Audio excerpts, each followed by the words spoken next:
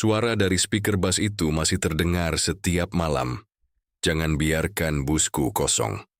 Selamat datang di Jagat Demit. Membuka gerbang dunia tak kasat mata. Tidak ada yang menyangkal kesuksesan Haji Hendra.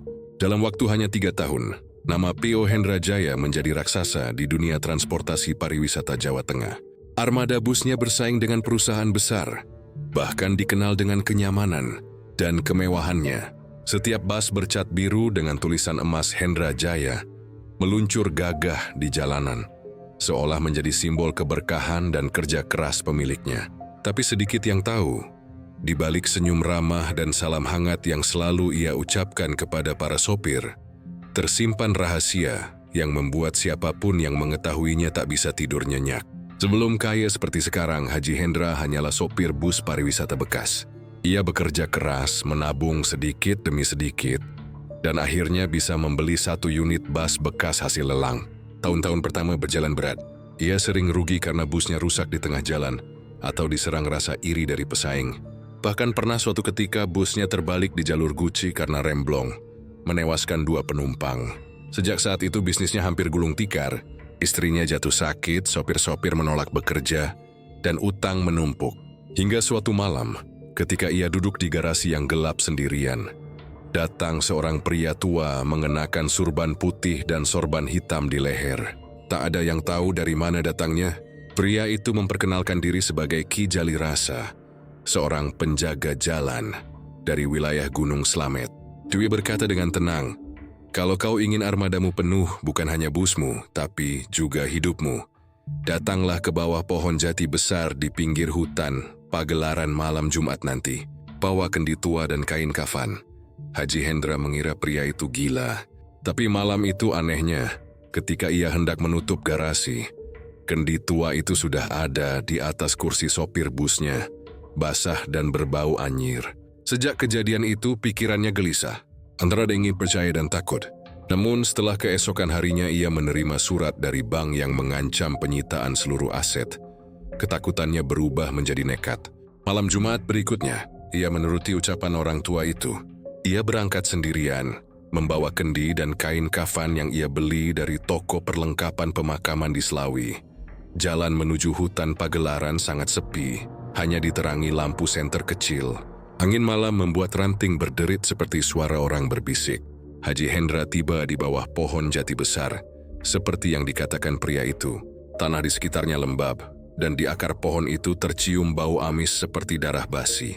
Lalu suara langkah berat terdengar dari arah belakang. Sosok Ki Jalirasa muncul dari kegelapan, kali ini tidak sendiri. Di belakangnya berdiri bayangan hitam tinggi besar, dengan mata merah menyala. Tubuhnya seperti manusia, tapi dengan wajah yang separuh terbakar. "Kau datang membawa apa yang kuminta?" tanya Ki Jalirasa. Suaranya parau, seperti suara angin yang melewati celah kubur. Dengan gemetar, Haji Hendra menyerahkan kendi dan kain kafan itu. Pria tua itu lalu membuka kain kafan, dan di dalamnya sudah ada sepotong daging merah segar, masih meneteskan darah. Ia meletakkannya di atas kendi, lalu berbisik, "Mulai malam ini rezekimu tak akan pernah putus. Tapi ada syaratnya. Busmu harus selalu penuh. Bila kursi kosong, roh yang menemanimu akan mengambil penggantinya." Seketika tanah di bawah pohon itu bergetar. Haji Hendra melihat wajah makhluk hitam itu berubah-ubah. Kadang seperti penumpang bus, kadang seperti sopir, kadang seperti mayat. Ketika ia menoleh, Ki Jalirasa sudah menghilang, meninggalkan bau dupa dan tanah basah yang menusuk hidung. Sejak malam itu, segalanya berubah. Pagi-pagi busnya penuh pesanan bahkan tanpa ia promosi. Perjalanan demi perjalanan lancar.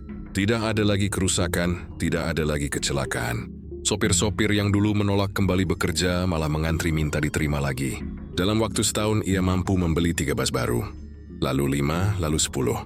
Tak ada yang bisa menjelaskan bagaimana ia bisa begitu cepat berkembang. Para pesaingnya iri, tapi juga takut. Ada yang mencoba meniru, tapi selalu gagal. Bahkan beberapa perusahaan kecil tiba-tiba bangkrut setelah mencoba membeli bus bekas dari garasi Hendra Jaya. Namun sejak kejadian itu pula, setiap malam Jumat Haji Hendra selalu pergi diam-diam dari rumah. Istrinya Bu Yani tak pernah tahu kemana ia pergi. Yang ia tahu hanya satu, Suaminya selalu kembali dengan pakaian basah dan bau tanah. Kadang ia mendengar suaminya berbicara sendiri di kamar mandi, seperti sedang menenangkan seseorang. Di garasi bus utama yang baru, para karyawan mulai melihat hal-hal aneh. Kadang bus yang baru diparkir masih dalam keadaan mati, mendadak menyalakan lampu sendirinya. Kadang mereka melihat sosok penumpang duduk di kursi belakang padahal bus kosong. Ada pula suara tangisan anak kecil dari dalam bagasi bus yang baru dicuci. Ketika sopir melapor pada Haji Hendra, beliau hanya tersenyum. Mereka ikut menjaga usaha ini, katanya pelan. Suatu malam, salah satu sopir bernama Giman tidak sengaja mengikuti Haji Hendra ke arah Gunung Slamet. Ia penasaran kemana bosnya selalu pergi. Dia melihat dari jauh, Haji Hendra berhenti di tempat yang sama, di bawah pohon jati besar. Dengan sorot lampu jauh dari mobilnya, Giman melihat sosok bosnya menggali tanah kecil, menuangkan darah dari kendi, lalu membakar kain kafan yang sama seperti dulu. Tapi kali ini, di belakangnya berdiri makhluk tinggi besar dengan kepala seperti manusia tapi bertanduk dua. Giman panik menyalakan mesin mobil dan pergi secepatnya.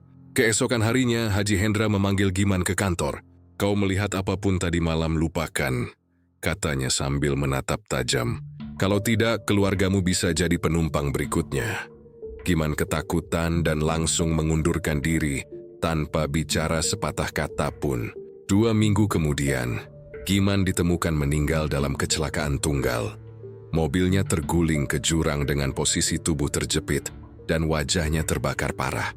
Sejak itu, tak ada lagi karyawan yang berani bertanya kemana bos mereka pergi setiap malam Jumat. Mereka hanya tahu satu hal.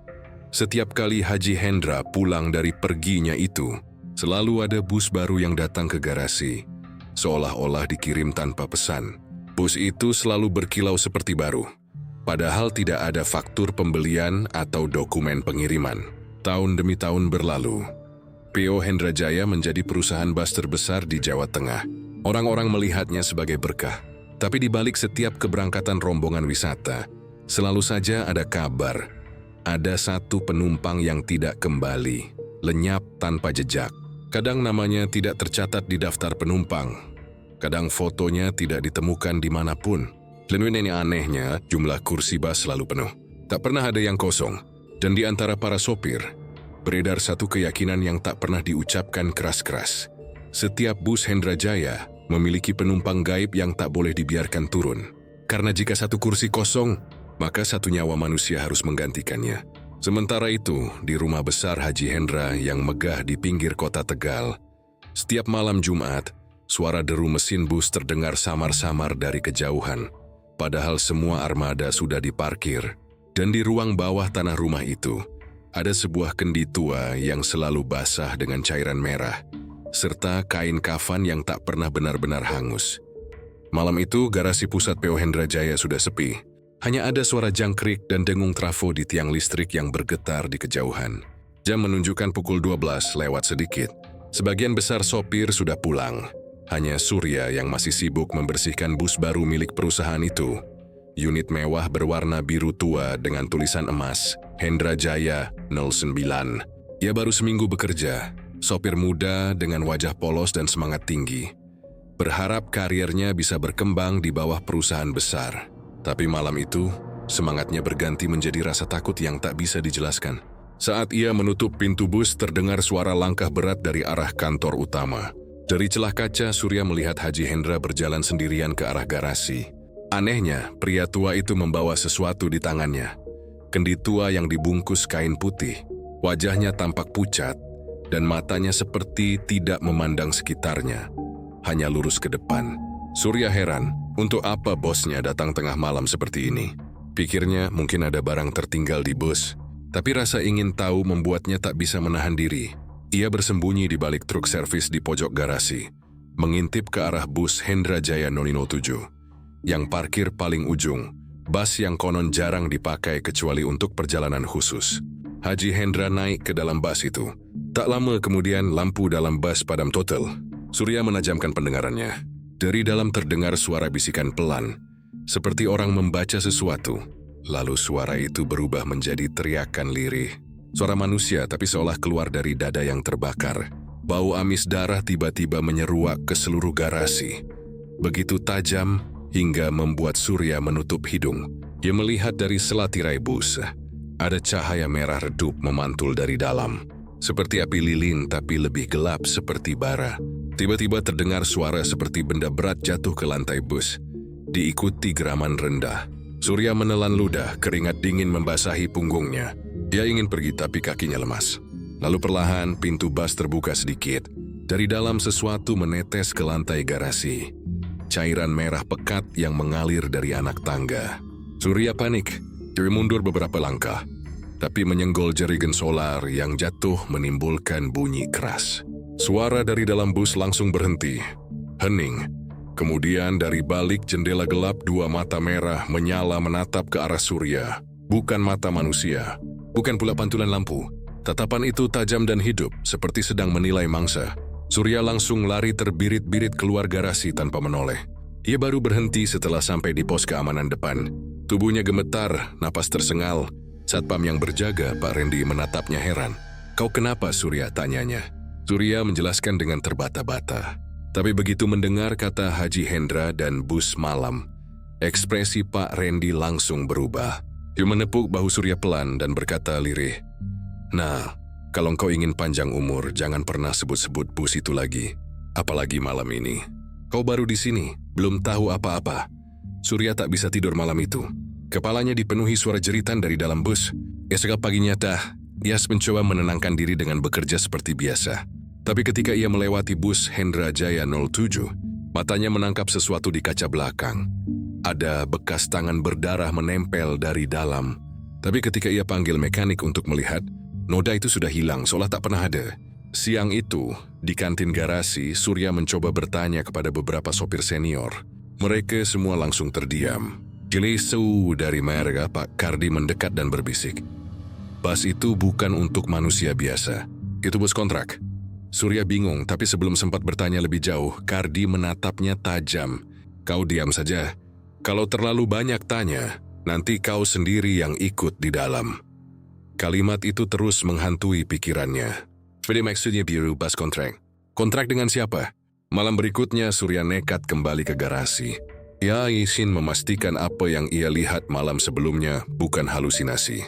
Garasi tampak gelap, hanya diterangi lampu kuning remang. Semua bus berjejer rapi. Tapi bus Hendra Jaya 07 tampak berbeda. Lampu indikatornya menyala sendiri padahal tidak ada sopir. Di kaca depan, terlihat bayangan seseorang duduk di kursi kemudi. Tapi posisinya terlalu tegak dan tidak bergerak sedikit pun. Surya memberanikan diri mendekat. Saat jarak tinggal 2 meter, ia mendengar suara seperti napas berat dari dalam bus. Ia memanggil pelan, "Pak Hendra?" Tidak ada jawaban.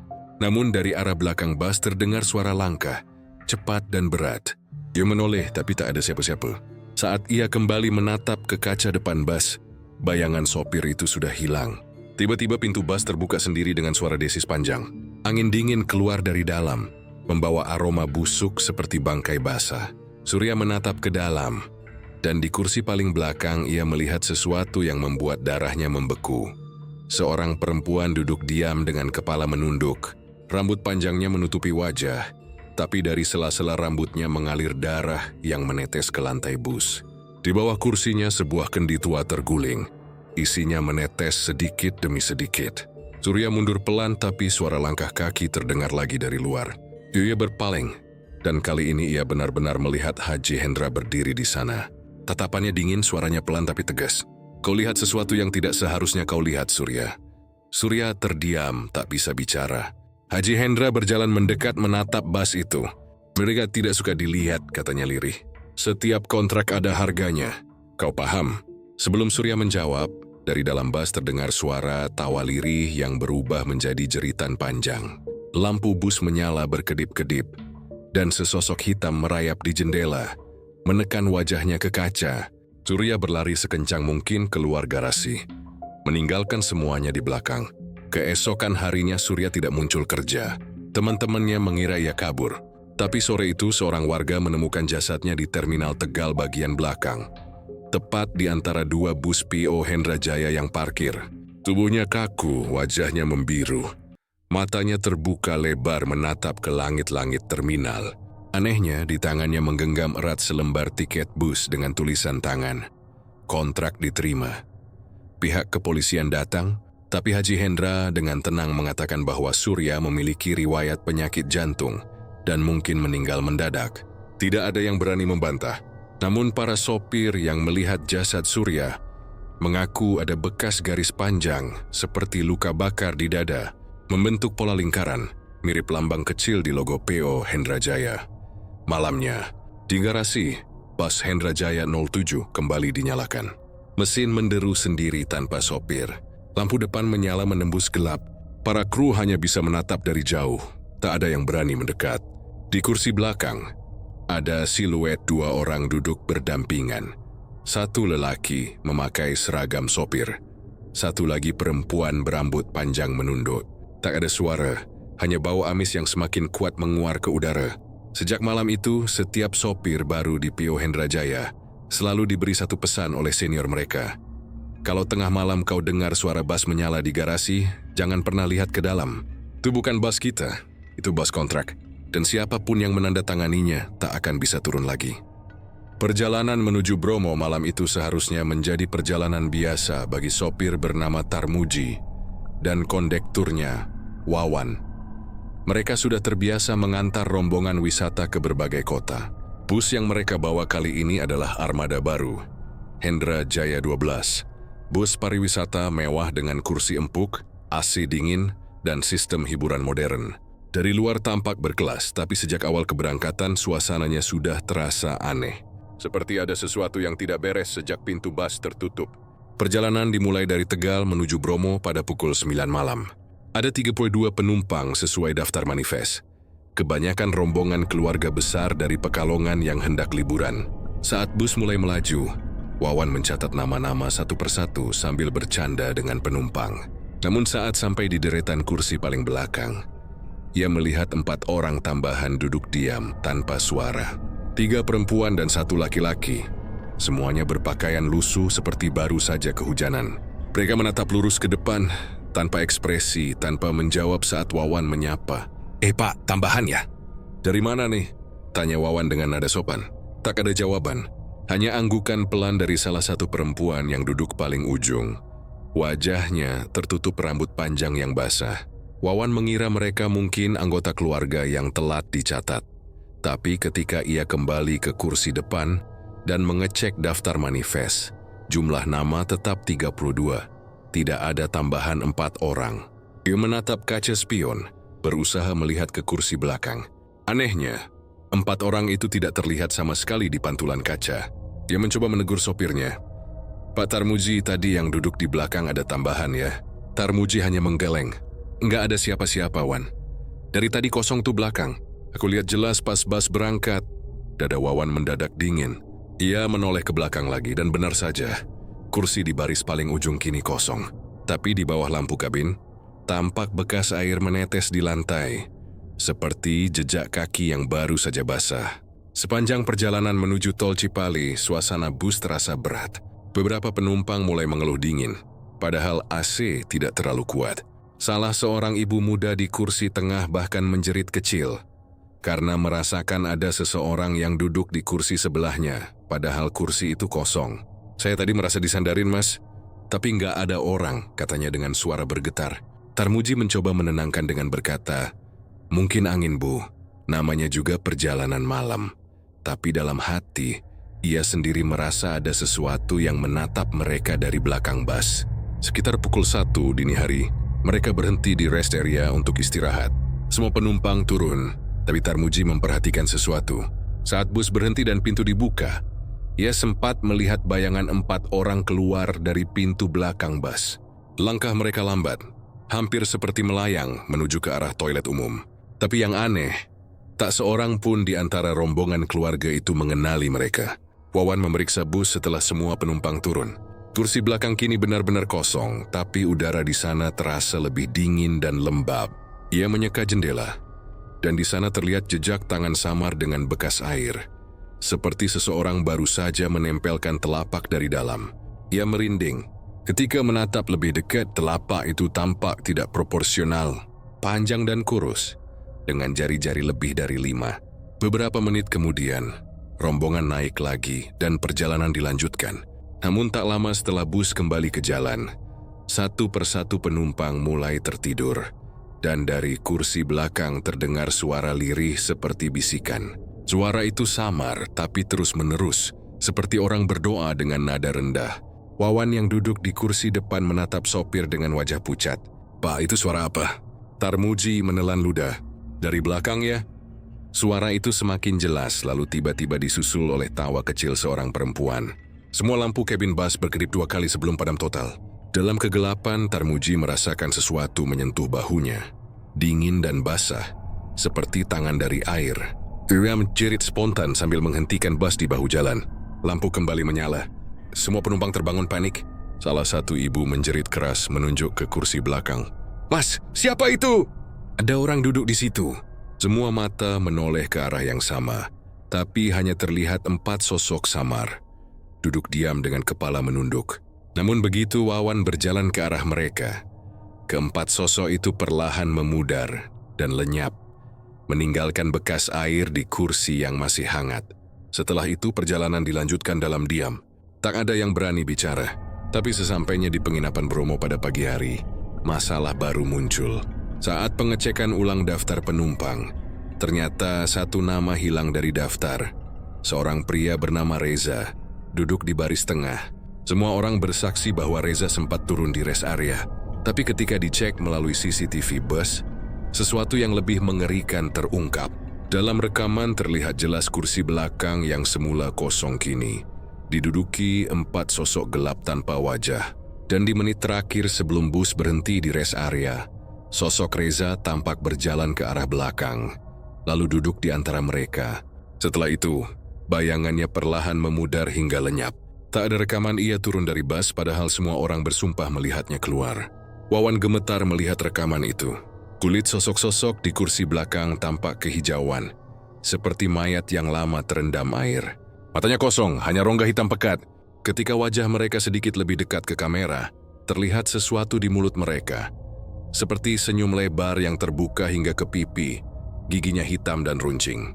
Setelah kejadian itu, rombongan segera pulang ke Tegal. Namun sejak perjalanan pulang, bus itu terus membawa hawa aneh. Setiap kali berhenti di lampu merah, pengemudi dari kendaraan lain sering melapor melihat penumpang tambahan duduk di bagian belakang, menatap keluar jendela tanpa berkedip. Bahkan beberapa kali, penumpang yang tidur di kursi belakang mengaku bermimpi tenggelam dalam air keruh penuh lumpur. Sementara suara perempuan terus berbisik di telinga mereka, "Masih ada kursi kosong." Saat tiba di garasi pusat, Tarmuji langsung melapor pada pihak manajemen untuk memeriksa bus. Tapi ketika teknisi membuka kotak hitam penyimpanan rekaman kamera, mereka menemukan bahwa file CCTV semalaman hilang. Yang tersisa hanya satu gambar beku. 4 sosok hitam berdiri di tengah lorong bus, dan di belakang mereka tampak samar wajah Haji Hendra tersenyum. Meski malam itu ia tidak ikut perjalanan. Bus Hendra Jaya 12 kemudian tidak pernah dipakai lagi untuk perjalanan malam. Tapi sopir-sopir lain sering melihat bus itu menyala sendiri sekitar tengah malam. Mesinnya bergetar pelan seolah sedang bersiap berangkat. Dan jika seseorang nekat naik, mereka akan mencium bau lumpur dan air kolam busuk di dalam kabin.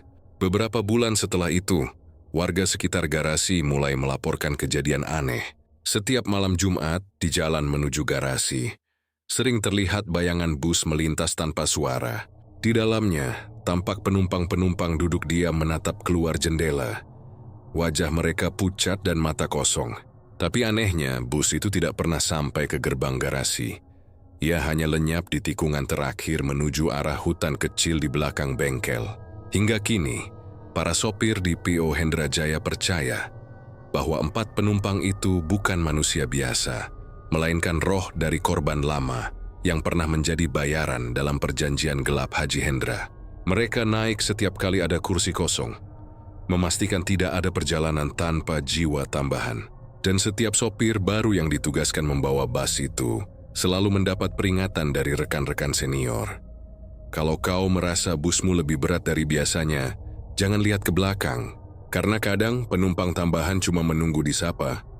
Hilangnya bus Hendra Jaya 07 menjadi berita besar di seluruh jalur Pantura. Rombongan yang menumpang adalah kelompok wisata dari Tegal, terdiri dari guru, pedagang, dan beberapa anak-anak yang hendak berlibur ke Surabaya. Namun di tengah perjalanan malam yang berkabut, bus itu tiba-tiba tak bisa dihubungi. GPS mati, sinyal radio terputus, dan sopir bus lain yang melintas di jalur yang sama mengaku tidak melihat apapun. Seolah bus itu lenyap dari jalan. Keesokan paginya hanya ditemukan serpian kaca dan potongan ban di pinggir jalan, dekat alas roban. Polisi menduga kecelakaan, tapi anehnya tak ada bekas pengereman ataupun jejak bas terguling. 1 minggu penuh keluarga para penumpang menunggu kabar. Barulah pada hari ke-7, sebuah laporan dari warga di pesisir Lasem membuat aparat bergerak. Mereka menemukan bus Hendra Jaya 07 di area hutan bambu yang jarang dilewati kendaraan. Kondisinya hangus terbakar, seperti dilalap api besar. Namun tidak ada tanda-tanda ledakan bahan bakar. Kursi-kursinya masih utuh tapi hitam gosong, dan tak satu pun jasad ditemukan. Hanya sisa-sisa arang kecil di lantai dan bau menyengat seperti daging terbakar bercampur besi berkarat. Polisi menyimpulkan semua penumpang kemungkinan tewas dalam kebakaran hebat. Namun yang aneh, tidak ada laporan suara ledakan atau api besar di sekitar lokasi pada malam kejadian. Seolah bus itu terbakar di tempat lain, lalu dipindahkan ke situ. Yang lebih ganjil lagi adalah reaksi Haji Hendra saat petugas mendatanginya untuk melaporkan hasil temuan. Yubei ngangguk pelan dan berkata lirih. Akhirnya lunas juga. Tidak ada air mata, tidak ada marah, tidak ada rasa kehilangan, hanya ketenangan yang membuat bulu kuduk merinding. 2 hari setelahnya, publik dikejutkan oleh kemunculan bus baru di garasi PO Hendra Jaya. Plat nomor dan desain catnya identik dengan bus yang terbakar itu. Bahkan pada bagian belakangnya masih terlihat noda hitam seperti bekas terbakar. Saat ditanya, Haji Hendra hanya menjawab pendek, dari pabrik pengganti unit lama. Padahal, belum ada permintaan klaim asuransi yang diajukan. Dan pihak karoseri mengaku tidak pernah mengirimkan unit baru dengan nomor rangka yang sama. Sopir-sopir lama yang mengenali bentuk bus itu menjadi gelisah. Suatu malam, sopir bernama Wahyu diperintahkan untuk membersihkan bagian dalam bus baru itu. Saat membuka pintu, bau hangus dan anyir langsung menusuk hidungnya. Lantai bus terasa lembab, seperti basah oleh cairan aneh. Saat ia menyalakan lampu kabin, semua kursi tampak baru. Namun di jok belakang ada bekas gosong membentuk siluet seseorang duduk dengan kepala menunduk. Wahyu berlari keluar dengan tubuh gemetar, tapi keesokan paginya bekas gosong itu menghilang begitu saja. Sejak bus baru itu beroperasi, setiap kali digunakan untuk perjalanan malam, selalu ada kejadian janggal. Lampu kabin sering berkedip sendiri, suara tangis terdengar dari arah belakang, dan beberapa penumpang mengaku melihat bayangan anak kecil berlari di lorong tengah. Dalam satu perjalanan menuju Surabaya, kondektur bernama Yoga mendengar suara seseorang memanggil dari bangku kosong. "Pak, dingin, Pak." Ketika ia menoleh, tidak ada siapapun di sana. Namun saat ia memeriksa kamera CCTV setelah perjalanan selesai, tampak sosok wanita duduk di kursi itu, mengenakan pakaian yang sama dengan salah satu korban hilang di bus asli. Cerita tentang bus Hendra Jaya 07 yang kembali dari kematian menyebar cepat. Banyak sopir menolak mengendarainya, sampai Haji Hendra turun tangan sendiri. "Kalau takut keluar saja dari perusahaan," katanya dingin. "Bus ini sudah diberkati, tak akan ada yang berani ganggu." Namun malam itu, ketika ia membawa sendiri bus itu dari garasi menuju jalur tol, saksi mata melihat sesuatu mengerikan. Dari kejauhan, bus itu tampak melaju tanpa suara, dan dari balik kaca depannya ada bayangan puluhan orang berdiri, menatap keluar dengan mata kosong. Bus melintas tanpa supir yang terlihat. Hanya bayangan duduk di kursi depan yang terus menunduk. Beberapa hari kemudian, bus itu kembali ke garasi seperti biasa. Namun mesin masih panas, padahal tidak ada satupun sopir yang mengaku mengantarkannya pulang. CCTV di pintu garasi menampilkan bayangan kendaraan itu masuk sendiri. Lampunya menyala redup, lalu mati pelan-pelan seperti makhluk hidup yang baru saja menghela napas terakhir. Setelah kejadian itu, setiap kali bus Hendra Jaya 07 keluar malam hari, Satu unit bus lain di perusahaan itu selalu mengalami masalah. Rem blong, mesin terbakar, atau sopirnya mendadak hilang akal. Ada semacam pola yang tak masuk akal, seolah bus itu harus menukar nyawa dari armada lain agar tetap bisa berjalan. Suatu malam, sopir senior bernama Darto, yang sudah bekerja sejak awal berdirinya PO Hendra Jaya, mencoba menantang rasa penasaran. Dia menyusup ke dalam bus itu diam-diam, membawa kamera kecil. Tepat pukul 12 malam, saat hujan deras mengguyur kota, bus itu bergetar sendiri, lalu perlahan hidup mesinnya tanpa ada yang memutar kunci. Darto menahan napas di bawah kursi, merekam setiap detik. Dari cermin tengah, ia melihat sosok-sosok samar bermunculan di setiap kursi. Tubuh-tubuh hangus, wajah melepuh, mata kosong menatap ke depan.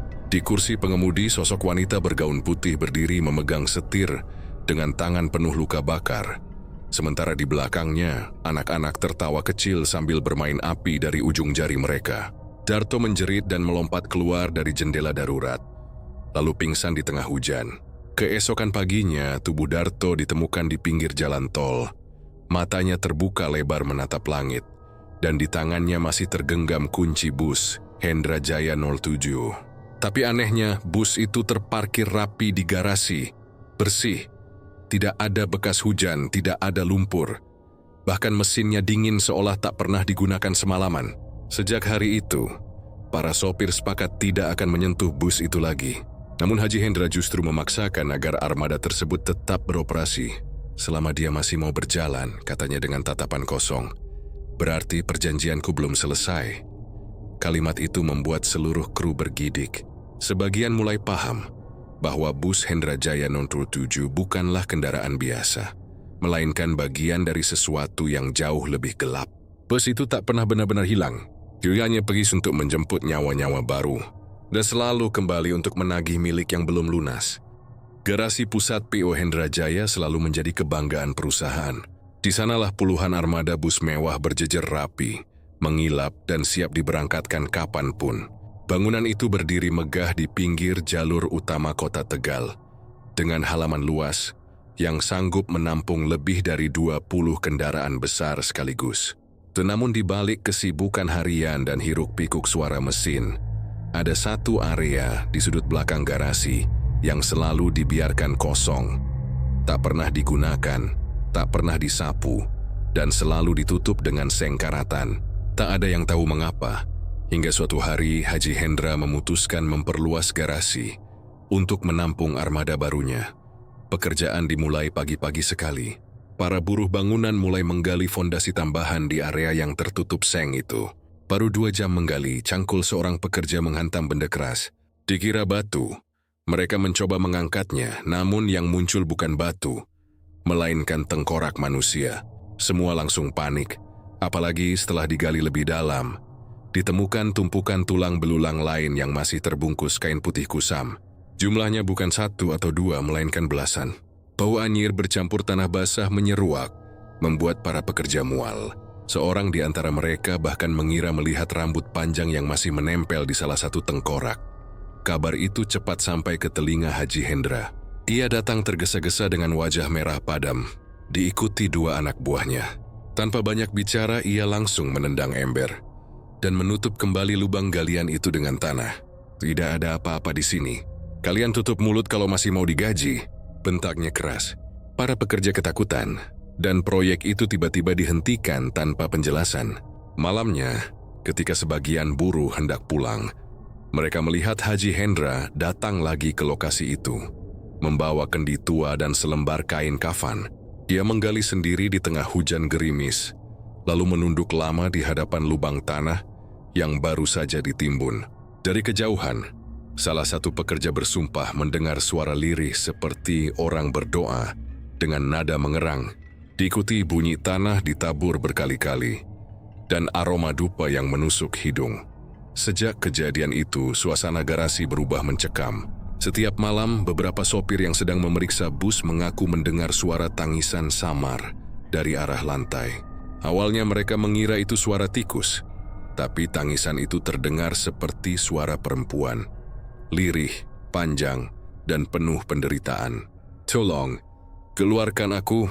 Begitu bisikan yang didengar salah satu kru saat ia sedang memperbaiki rem di bawah kolong bus. Ia langsung pingsan, dan sejak saat itu menolak kembali bekerja malam. Pagi harinya, para mekanik menemukan bercak lumpur dan air yang keluar dari sela-sela lantai garasi. Padahal tidak ada hujan semalaman. Bau anyir menyengat setiap kali seseorang mencoba mengepel lantai itu. Seolah ada sesuatu di bawah yang terus berusaha keluar. Bahkan, di beberapa kesempatan ketika mereka menyalakan mesin bus, terdengar bunyi aneh dari knalpot, seperti suara teriakan manusia yang teredam. Salah satu kru senior bernama Dimas mulai merasa curiga. Dia memutuskan untuk gak menyelidiki sendiri malam-malam di garasi. Ditemani senter dan kamera ponsel, ia menyelinap ke area yang dulu sempat digali. Saat tengah malam, suhu udara tiba-tiba turun drastis. Dari bawah lantai semen yang retak, muncul suara gesekan logam dan isak tangis yang semakin jelas. Senter Dimas berkedip-kedip, dan ketika sinarnya menyorot salah satu bus yang sedang tidak beroperasi, ia melihat bayangan kaki tergantung di bawah rangka bus, seperti seseorang yang menjerit tanpa suara. Dimas menjerit berlari keluar. Namun begitu sampai di pintu garasi, lampu-lampu mati serentak. Hanya ada suara langkah kaki pelan mendekatinya, lalu suara seretan besi di lantai. Keesokan harinya, Dimas ditemukan tergeletak di bawah salah satu bus dalam keadaan tubuh membiru. Tidak ada luka fisik, tapi matanya membelalak ketakutan. Polisi datang dan menyimpulkan kematian karena serangan jantung. Namun kru yang lain tahu, malam sebelumnya Dimas telah melihat sesuatu yang seharusnya tetap terkubur. Setelah kematian Dimas, gangguan semakin sering terjadi. Sopir mendengar seseorang mengetuk dari dalam bagasi bus ketika kendaraan sedang diam. Padahal bagasi kosong. Lampu-lampu di garasi sering menyala sendiri. Dan pada pukul 2 dini hari, para penjaga mendengar suara mesin bus hidup tanpa sopir di dalamnya. Salah satu penjaga yang mencoba mendekat melihat kabin bus menyala dengan cahaya merah redup, dan dari balik jendela ia melihat sosok-sosok tak berkepala duduk di kursi penumpang.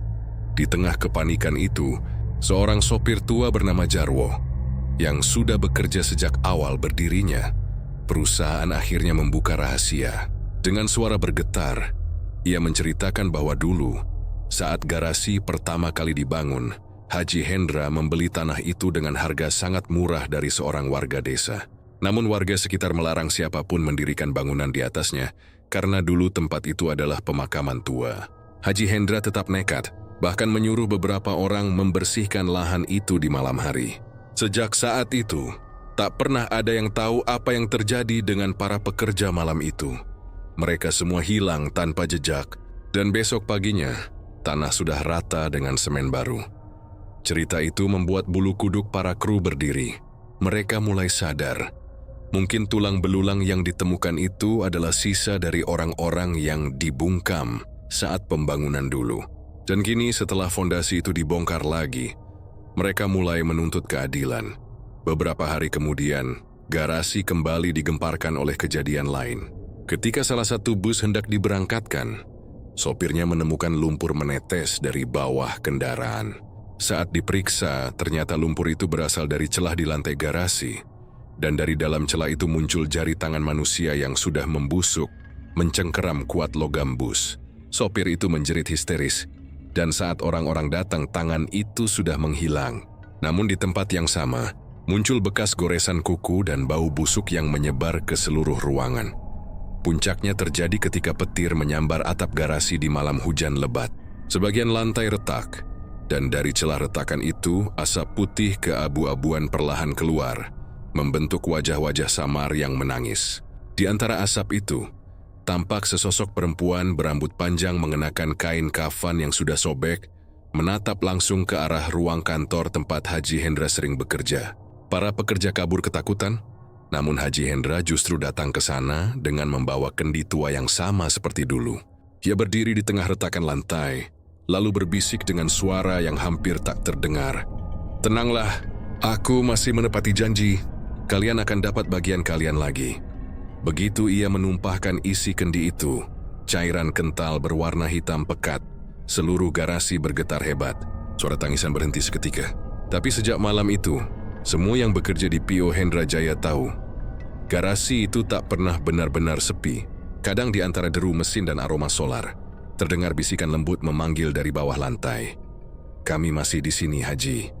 Kardi adalah sopir senior yang sudah bekerja di bawah PO Hendra Jaya sejak perusahaan itu hanya memiliki 2 bus tua. Ia dikenal setia, pendiam, dan selalu patuh pada perintah. Namun di balik wajahnya yang tenang, Kardi menyimpan rahasia yang selama bertahun-tahun menekan batinnya seperti beban batu besar di dada. Hiri menyaksikan sendiri bagaimana awal mula kekayaan Haji Hendra datang.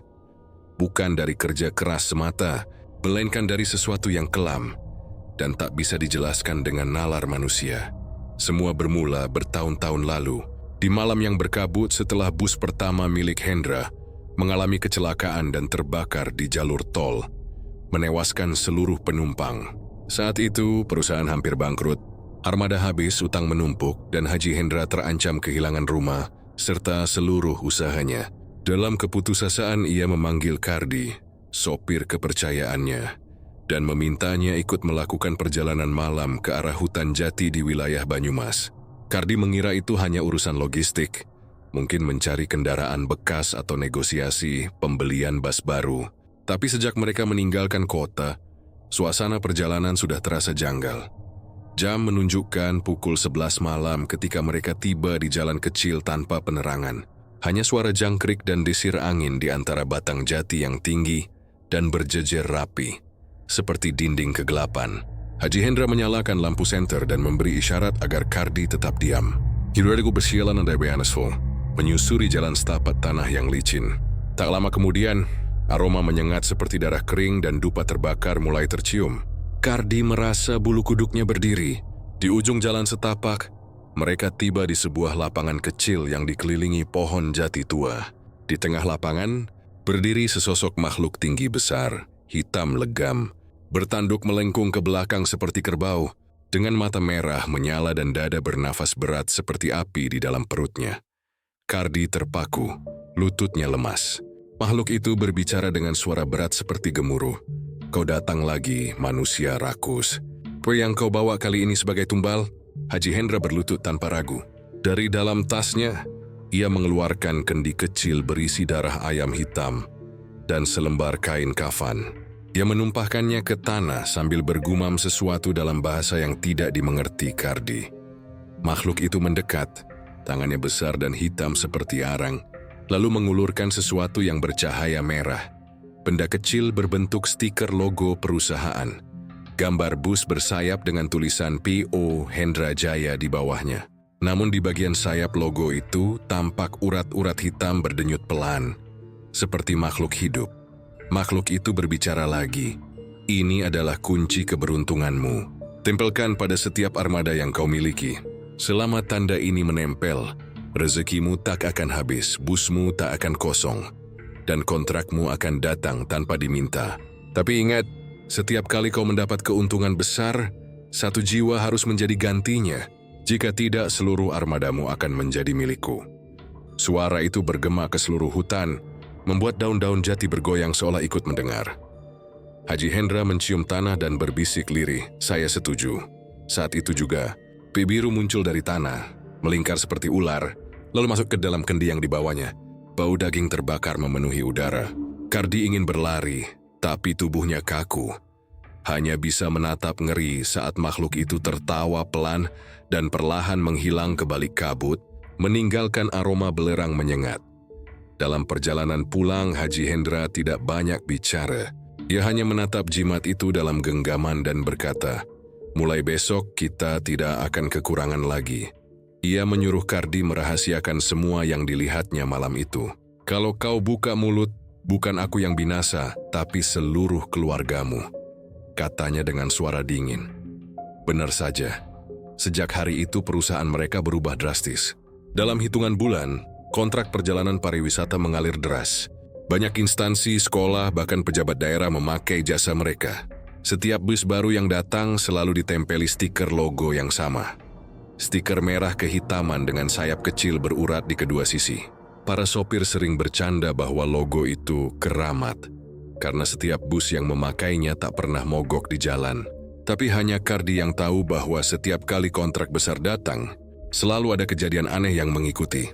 Pernah suatu kali, setelah mendapatkan tender besar untuk tur ke Bali, salah satu sopir muda ditemukan tewas mengenaskan di mes.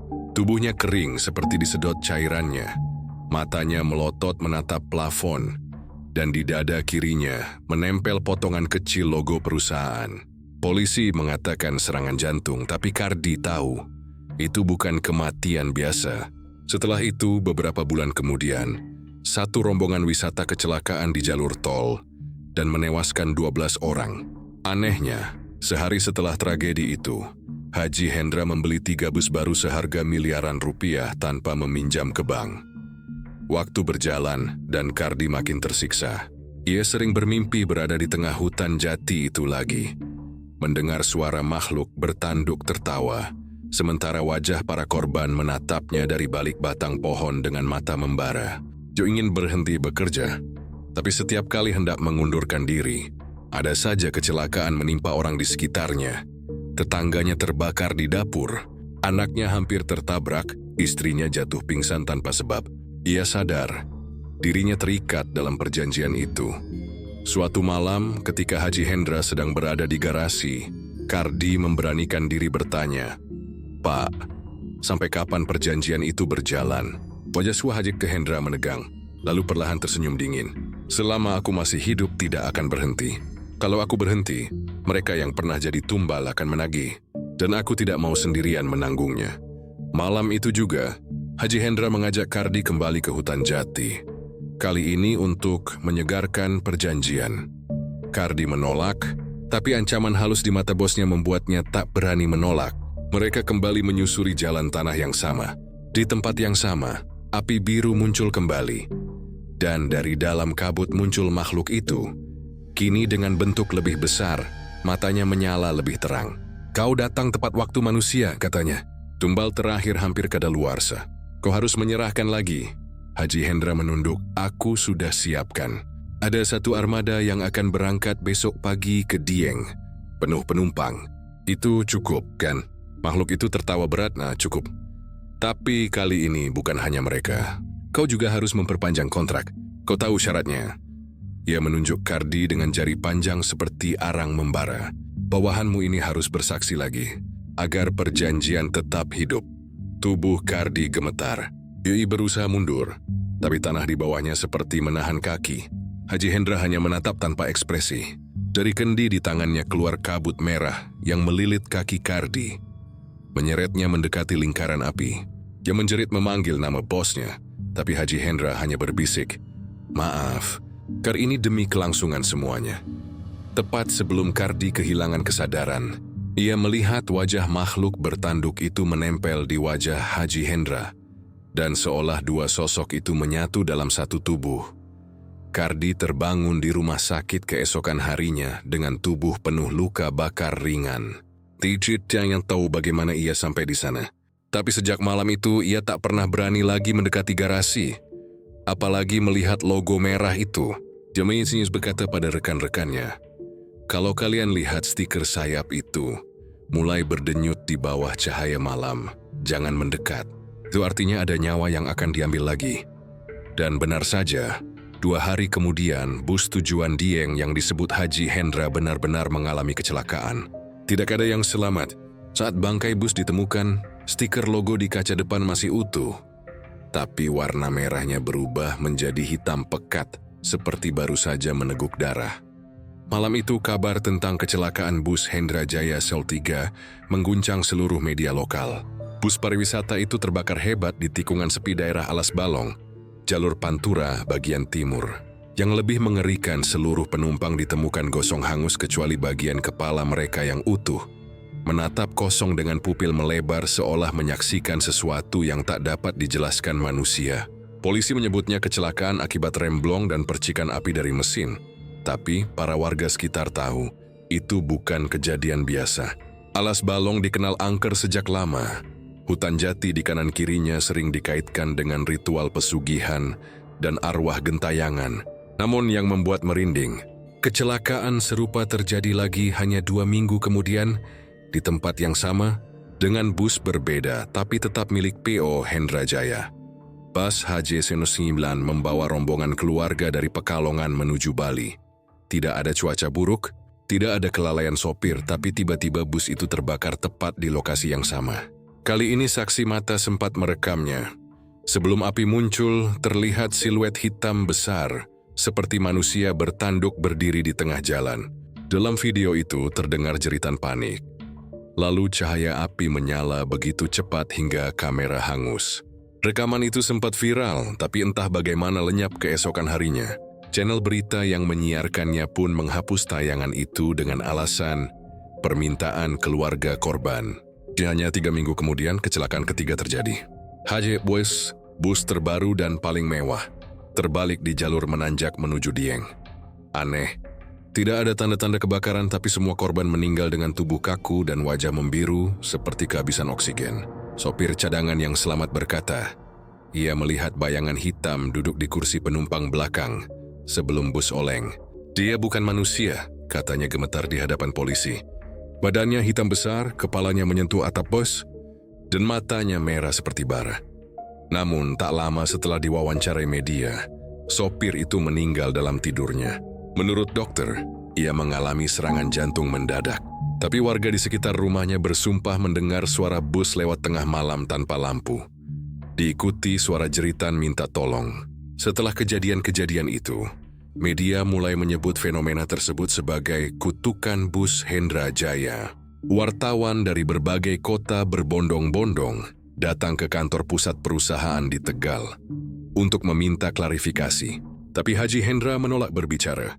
Ia hanya berkata singkat, semua musibah datang dari Tuhan, tidak ada yang perlu dibesar-besarkan. Anehnya, sehari setelah wawancara itu, salah satu wartawan investigasi bernama Ratih ditemukan tewas di kamar kosnya. Tubuhnya terbakar dari dada ke bawah, tapi kepalanya utuh dengan mata menatap kosong, sama seperti para korban kecelakaan. Polisi menyimpulkan korsleting listrik, tapi keluarga Ratih tahu itu tak mungkin. Ratih pernah bercerita seminggu sebelumnya bahwa ia mendapatkan bukti penting tentang rahasia di balik perusahaan bus itu. Ia bahkan sempat menyebut nama seseorang, Kardi. Kardi, sopir senior yang pernah menemani Haji Hendra dalam perjanjian di hutan Jati, menghilang begitu saja setelah berita kematian Ratih tersebar. Rumah kontrakannya di Slawi ditemukan kosong, namun di dinding kamarnya tertulis pesan dengan arang. Dia datang untuk menagih. Tak ada yang tahu siapa dia yang dimaksud. Sejak itu, suasana di garasi pusat Hendra Jaya berubah mencekam. Para kru sering mendengar suara mesin bus menyala sendiri tengah malam.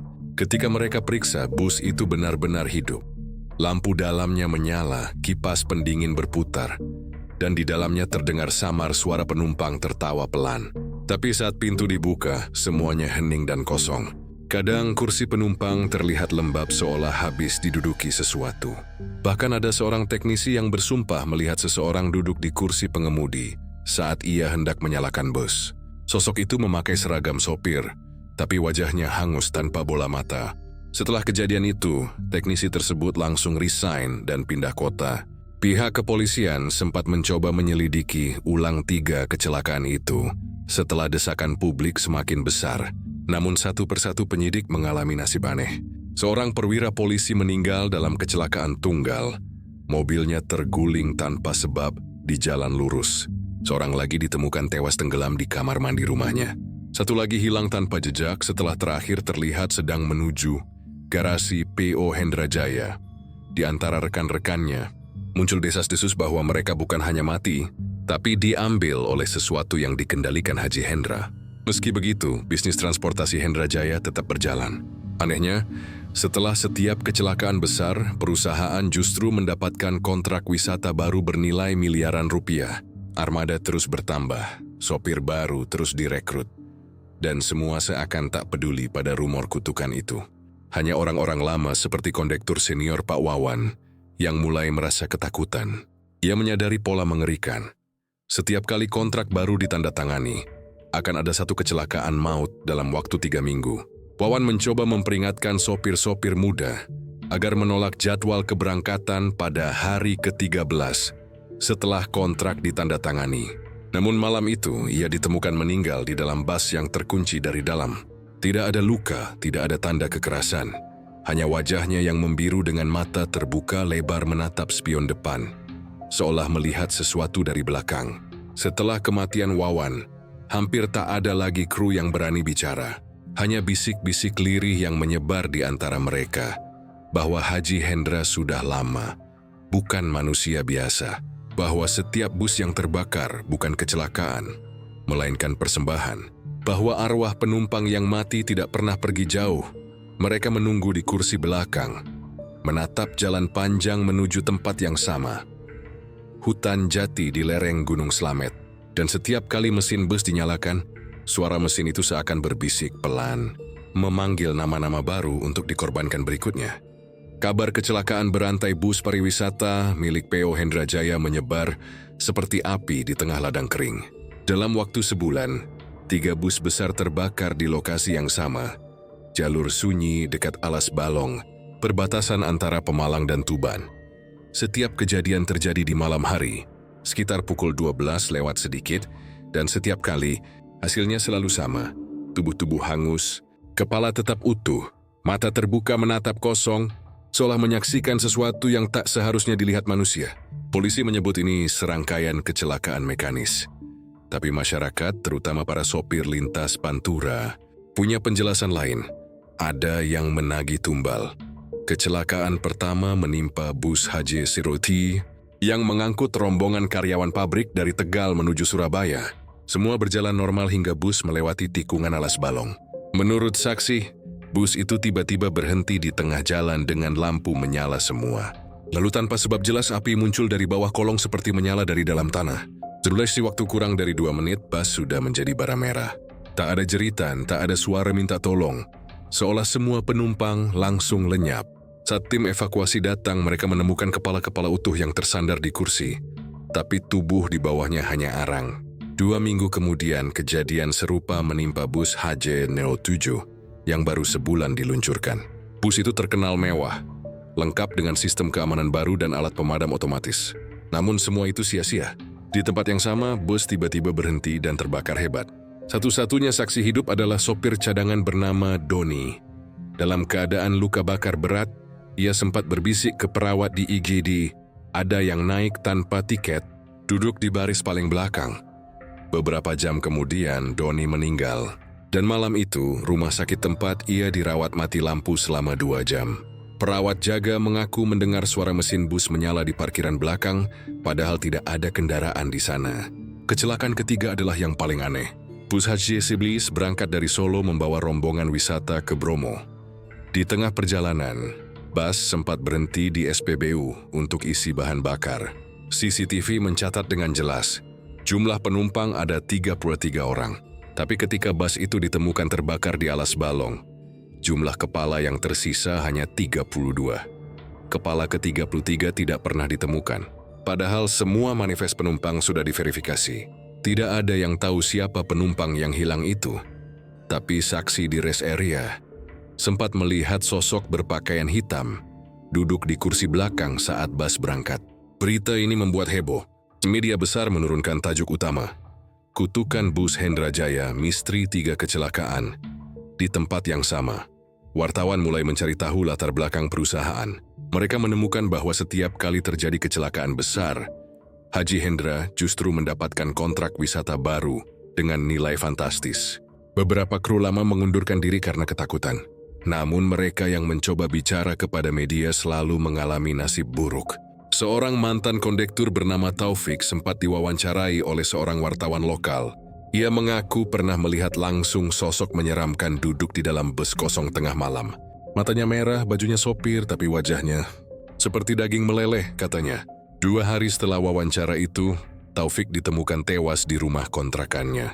Tubuhnya terbakar sebagian dari pinggang ke bawah, sementara kepala dan wajahnya tetap utuh, dengan mata melotot ke arah pintu. Wartawan yang mewawancarainya pun hilang keesokan harinya. Mobilnya ditemukan di tepi hutan jati, dengan kamera rusak dan memori kosong. Sejak itu penyelidikan resmi menjadi buntu. Polisi yang ditugaskan untuk menyelidiki kecelakaan ketiga tiba-tiba sakit keras. Dalam waktu seminggu, 3 orang penyidik meninggal dengan gejala aneh. Kulit melepuh, mata membiru, tapi tanpa luka bakar. Rekan mereka menolak meneruskan penyelidikan dengan alasan gangguan psikis akibat kasus berat. Namun bisik-bisik di antara polisi menyebut mereka semua mengalami hal yang sama sebelum meninggal. Mimpi buruk tentang bus terbakar, dan suara seseorang memanggil nama mereka dari dalam api. Di garasi pusat Hendra Jaya, ketegangan mulai terasa. Para sopir takut memegang bus yang bernomor Neno 7, Neno 9, dan 11. Mereka percaya bus-bus itu sudah dikutuk. Tapi anehnya, Haji Hendra justru melarang semua kendaraan itu dihancurkan. Dia memerintahkan untuk memperbaikinya seperti semula. Dan memang, sebulan kemudian, bus-bus itu kembali beroperasi dengan tampilan identik.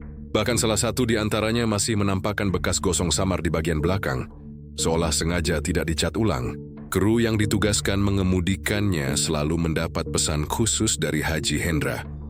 Kalau mendengar suara aneh di perjalanan, jangan tengok ke belakang.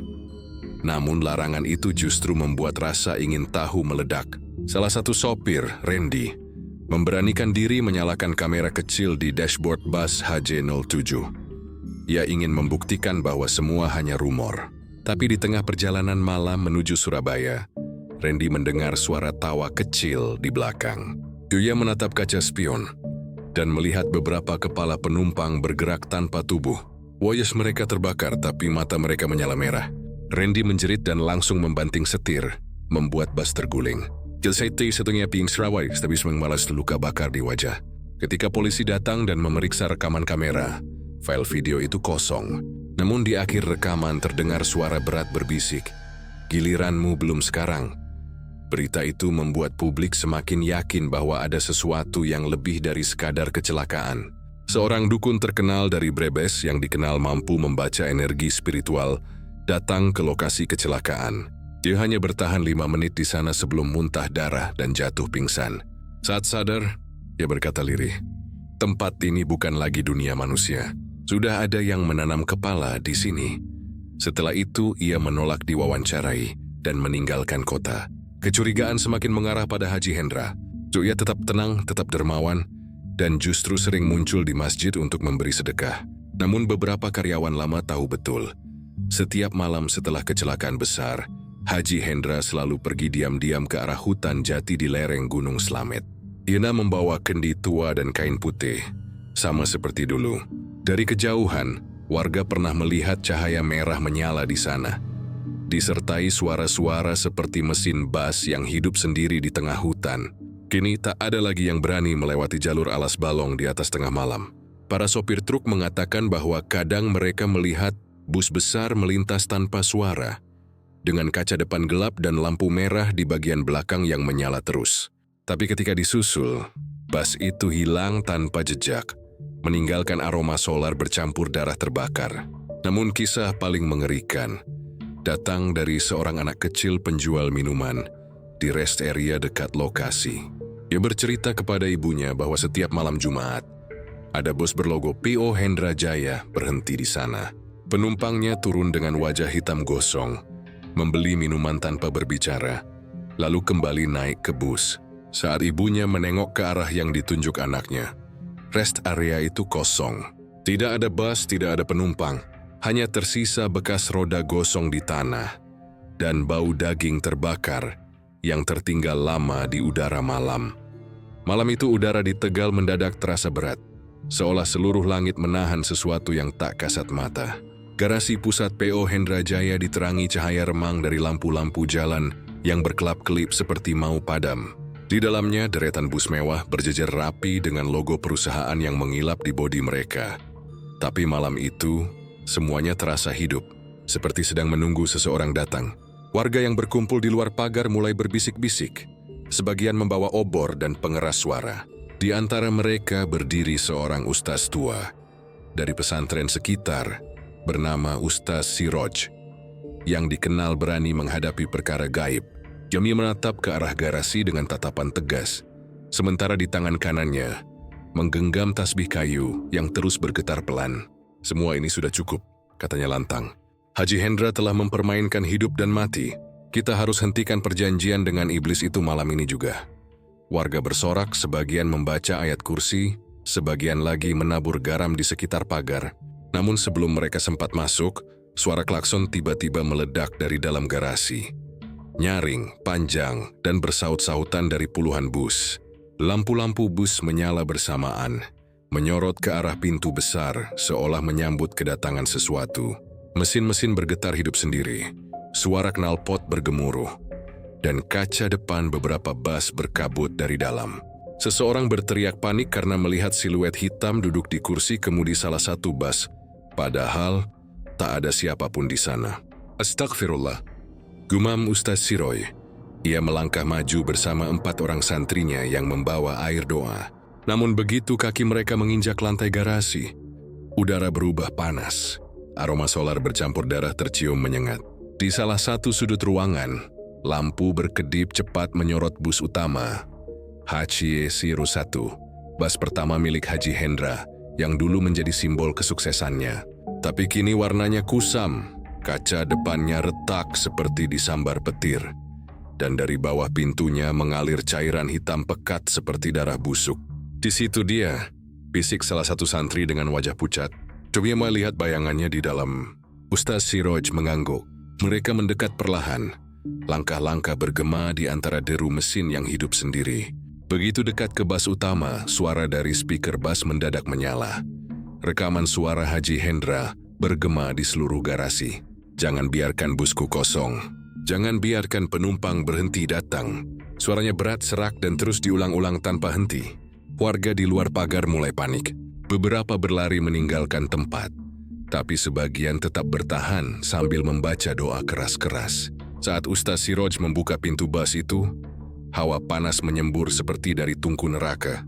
Bau gosong menusuk hidung, membuat mata perih. Di dalamnya, lampu interior bus menyala redup, menyorot barisan kursi yang penuh dengan sesuatu. Siti Sisirang, santrinya menjerit karena di setiap kursi duduk tubuh manusia hangus.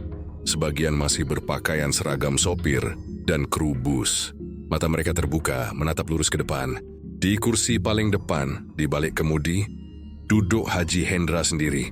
Tubuhnya terikat tali tambang kesandaran. Kulitnya mengelupas di banyak tempat, seperti meleleh karena panas.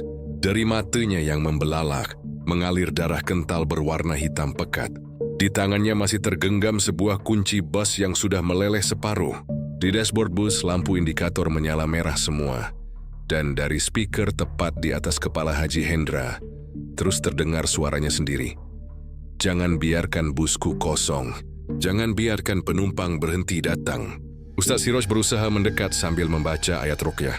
Tapi tiba-tiba mesin bus menyala sendiri. Klakson berbunyi panjang, dan kaca spion memantulkan wajah-wajah lain. Puluhan wajah yang bukan milik siapapun di dalam bus. Wajah-wajah itu muncul di kaca, menggantung di udara. Sebagian terbakar, sebagian pucat seperti mayat tenggelam. Mereka menatap Siroj dan santrinya dengan mata kosong. "Lari!" teriak Ustaz Siroj, tapi bus itu bergerak. Roda berputar meski rem tangan masih terpasang. Pintu bus tertutup keras menahan mereka di dalam. Salah satu santri memukul kaca, tapi kaca itu seperti baja. Suara di speaker berubah nada. Kali ini lebih pelan tapi menusuk.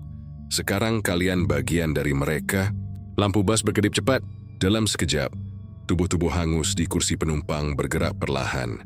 Kepala mereka menoleh ke arah depan, menatap ke Ustadz Siroj dan santrinya.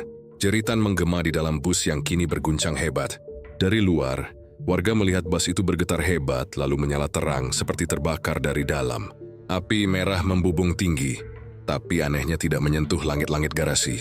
Api itu berputar, menelan seluruh bus tanpa merusak kendaraan lain.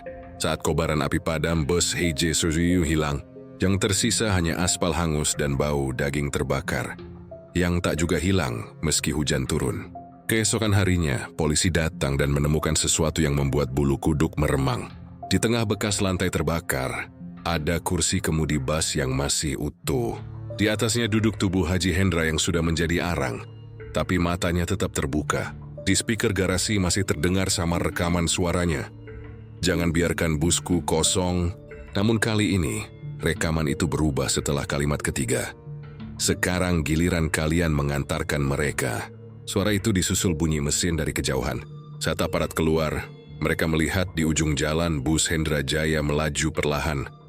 Tanpa sopir, tanpa lampu depan, hanya lampu merah belakang menyala redup. Di dalamnya siluet-siluet penumpang terlihat duduk rapi, kepala mereka menatap ke depan. Beberapa saksi bersumpah mendengar suara klakson bus itu setiap malam Jumat dari arah hutan jati lereng Gunung Slamet, diikuti aroma solar bercampur darah. Garasi PO Hendra Jaya akhirnya ditutup dan dibakar pemerintah daerah. Tapi api selalu gagal padam. Seolah ada sesuatu yang ingin tetap hidup di sana. Hingga bertahun-tahun kemudian, orang-orang masih melaporkan bus besar berwarna biru tua melintas di jalur Pantura menjelang tengah malam, tanpa sopir, membawa penumpang yang tak lagi manusia. Di kaca depannya masih terbaca jelas tulisan pudar yang tak bisa dihapus waktu. PO Hendra Jaya selalu berangkat, tak pernah kembali.